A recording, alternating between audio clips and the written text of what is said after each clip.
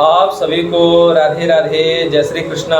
मैं सूर्यकांत द्विवेदी कैवल्य तंत्र वर्ल्ड में आप सभी लोगों का एक बार पुनः से स्वागत करता हूं। आप सभी लोगों का एक बार पुनः से हार्दिक अभिनंदन करता हूं। आज का जो मैं यंत्र प्रयोग आप सभी लोगों को प्रदान करने जा रहा हूं, सिखाने जा रहा हूं, शिक्षा देने जा रहा हूं, ये यंत्र शत्रु को रोग बाण मारने का है।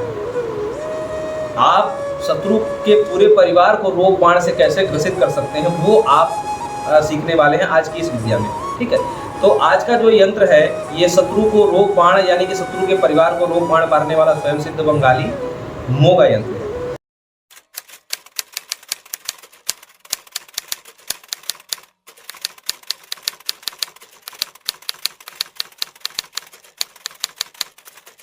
आज जो चीज़ आप लोग सीखने वाले हैं ये भी बड़ा खतरनाक है और मैं पहले की तरह इसमें भी आप लोगों को बता दूं कि इस विद्या का आप लोग सदा सर्वदा प्रयोग नहीं करेंगे। छोटी छोटी आम बातों पर आप लोग ये बाण नहीं चलाएंगे। एक कहावत है, बंगाल की विद्या सीख रहे हैं और बाण मारन नहीं सीखा तो क्या सीखा। ठीक है, तो बंगाल की विद्या सीखने का एक बहुत बड़ा तजुर्बा ये भी होता है कि उसमें बाण विद्या जरूर सीखी जाए और सिखाने वाले का एक कर्तव्य होता है कि बाण विद्या जरूर सिखाएं। तो मैं आज आप लोगों को शत्रु के परिवार को बाण मारने का पूरा प्रोसेस सिखाने वाला हूँ। लेकिन चेतावनी वही है कि बंदूक मिलने का ये मतलब नहीं कि आप सबको गोली मार दें। ठीक है, जरूरत हो ये जो बाण मारने की विद्या है, मैं पहले भी कई बार शायद बता चुका हूँ कि जरूरत पड़ने पर यानी कि बहुत ज़्यादा जब शिकारी वाली स्थिति आ जाती थी उस समय ऐसे खतरनाक यंत्रों का या फिर मंत्रों का या फिर तांत्रिक पद्धतियों का प्रयोग किया जाता था। लेकिन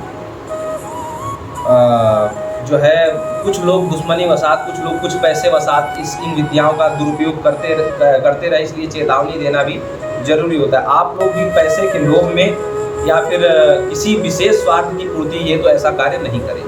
जब बहुत ज़्यादा आपत्ति आ जाए, बहुत ज़्यादा विपत्ति आ जाए तो भगवान ने भी वध किया, भगवान ने भी महाभारत देखा, महाभारत का निर्णय लिया, तो आप लोग भी ले सकते हैं, कोई दिक्कत नहीं। ठीक है, तो इस यंत्र का प्रयोग आप लोगों को कैसे करना है, सबसे पहले आज का आप लोग ये यंत्र देख लीजिए।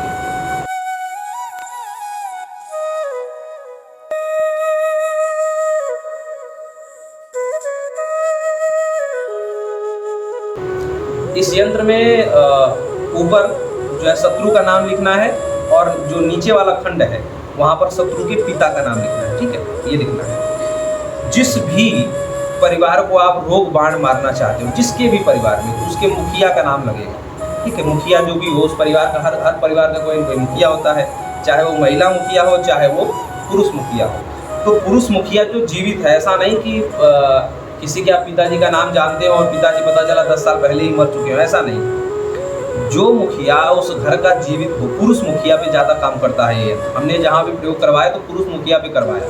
तो पुरुष मुखिया का नाम लीजिए और पुरुष मुखिया का जो पिता हो उसका नाम नीचे लिखना है, यानी कि जो मेन मुखिया है उसका नाम ऊपर रहेगा। जो ये 4 डब्बे का यंत्र बना हुआ है 4 खंड में, ऊपर वाले खंड में मुखिया का नाम और नीचे वाले खंड में उसके पिता का नाम। पिताजी अगर ना भी जीवित हो तो चलेगा, लेकिन मुखिया का जीवित होना जरूरी है, जिसके घर में आप ये रोग बाण मारने जा रहे हैं। ठीक है, ये नाम लिखना जरूरी है। ये यंत्र आप बनाएंगे कैसे? ये यंत्र आप काली स्याही भी बना सकते हैं। काली स्याही से बनाना है, लोहे की कलम से। ठीक है, और लोग अभी कुछ दिन पहले क्वेश्चन कर रहे थे, गुरुदेव काली स्याही कैसे बनाए? तो काली स्याही बनाने का कोई बहुत बड़ा फॉर्मूला नहीं है। कोयले को आटे की तरह पीस लीजिए सिलबट्टे पर और उसको पानी में घोल लीजिए और उसको काली स्याही बन जाती है। फिर काला कलर खरीद के ले आइए, जो अबीर गुलाल वगैरह होता है, होली के समय काला रंग जो होता है उसको घोल करके काली स्याही बना लीजिए। कोई बहुत ज़्यादा इसमें प्रश्न नहीं है, कोई बहुत बड़ा ये प्रश्न नहीं है। कोयले को पीस करके काली स्याही बना लीजिए। या फिर जैसे कलम किस चीज़ की होनी चाहिए? अनार की कलम नहीं होगी, इसमें लगेगा लोहे की कलम। लोहे की कलम आप लोग कहेंगे कैसे बनाए? तो आप लोग लोहे की जो कील आती है दीवार में ठोकने वाली, वो लोहे की कील ले लीजिए। ठीक है, तो लोहे की कील ले लीजिए और जंग लगी वाली कील होगी तो और अच्छा रहेगा, तो वो ले लीजिए। अब फिर आपको क्या करना है? इंतज़ार करना है शनिवार या मंगलवार या फिर अमावस्या का इंतज़ार करना है। शनिवार या मंगलवार या अमावस्या के दिन, ठीक है, आप लोग जो है रात्रि में 12 बजे केले के पत्ते पर, केले का पत्ता पहले ही तोड़ लेंगे सूर्यास्त होने से पहले केले के पत्ते पर आप लोगों को ये यंत्र छोटा सा बना देना। पत्ता बहुत बड़ा नहीं तोड़ना है, और पत्ता कौन सा तोड़ना है वो भी मैं आपको बताता हूँ। जो केले के पेड़ में नवजात पत्ता हो, यानी कि नया नया पत्ता निकल रहा हो, सबसे पहला पत्ता ऊपर होता है, तो केले के पत्ते का सबसे छोटा पत्ता और नवजात पत्ता जिसे कहते हैं, जिसके नीचे सारे पत्ते लगे हों, ऊपर वही पत्ता होगा, ऐसा छोटा सा ही होता है।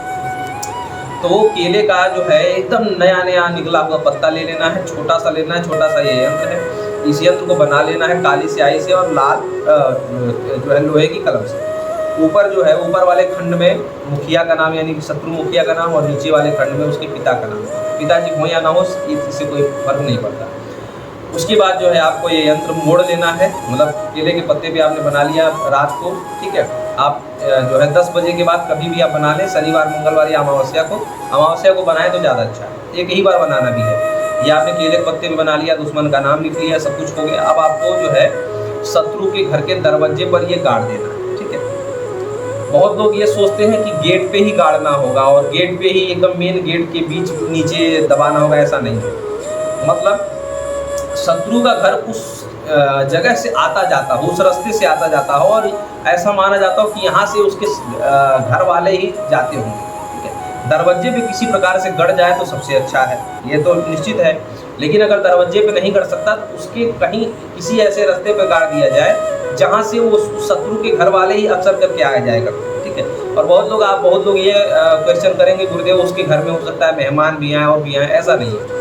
उसी मुखिया, जिस मुखिया का नाम लिखा, जिस मुखिया के पिता, इसीलिए तो मुखिया और पिताजी दोनों का नाम लिखवाया जाता है, क्योंकि उसी मुखिया के वंश के लोग परेशान नहीं होंगे। बाकी रिश्तेदार और दोस्त और यार ये लोग नहीं परेशान होंगे, उसी मुखिया के वंश के लोग परेशान होंगे जिस मुखिया का नाम उस यंत्र पे लिखा जा रहा है, ठीक है। ये बीमारी बाण है, जिसके भी घर के दरवाजे पर ये जो है बीमारी बाण मारा जाएगा, उसके घर के वो मुखिया सबसे पहले बीमार होगा, उसके पूरे घर के लोग बीमार होंगे, और ये 6 साल तक लंबी बीमारी दे सकता है किसी भी घर के परिवार के लोग। सबसे बड़ी बात यह है कि ये जो यंत्र है जब आप लगा देते हैं तो उसके घर में आए दिन अनेक प्रकार की नई बीमारियों का जो है उपजन होता है। बहुत से आप लोगों ने केस ऐसे देखे होंगे कि माता बीमार है, माता जी थोड़ी ठीक हुई तो पिताजी बीमार हो गए, पिताजी थोड़े ठीक हुए तो बेटी बीमार हो गई, दादाजी बीमार हो गए, दादी बीमार हो गए। बीमारियों का क्रम चलता रहता है, तो ये तंत्र से लगाया जाता है और ऐसे ही लगाया जाता है। आप लोगों को ये विद्या सिखाने का एक और मतलब है, आप लोग अगर दुनिया में कहीं ऐसा देखें कि एक बीमार है, दूसरा एक बीमार है, वो थोड़ा ठीक हो रहा है, दूसरा बीमार पड़ जा रहा है, तो आप लोग ये समझ जाइए कि कोई रोग चालान, रोग विद्या उसके घर पर लगाई गई होगी या लग गई होगी, ठीक है। तो ये सारी चीज़ें होती हैं। तो उस समय जो है आप लोग दोनों तरह की जानकारी आप लोगों को मैं बता दे रहा हूँ कि उस समय आप समझ करके रोग बाण काटने का बहुत सारा मैंने सिखा रखा है, वो आप करिए। और रोग बाण किसी के परिवार में लगाना हो तो आए दिन उसके घर में बीमारियों का जो है चलन होता रहेगा, नई प्रकार की बीमारियां होती रहेंगी।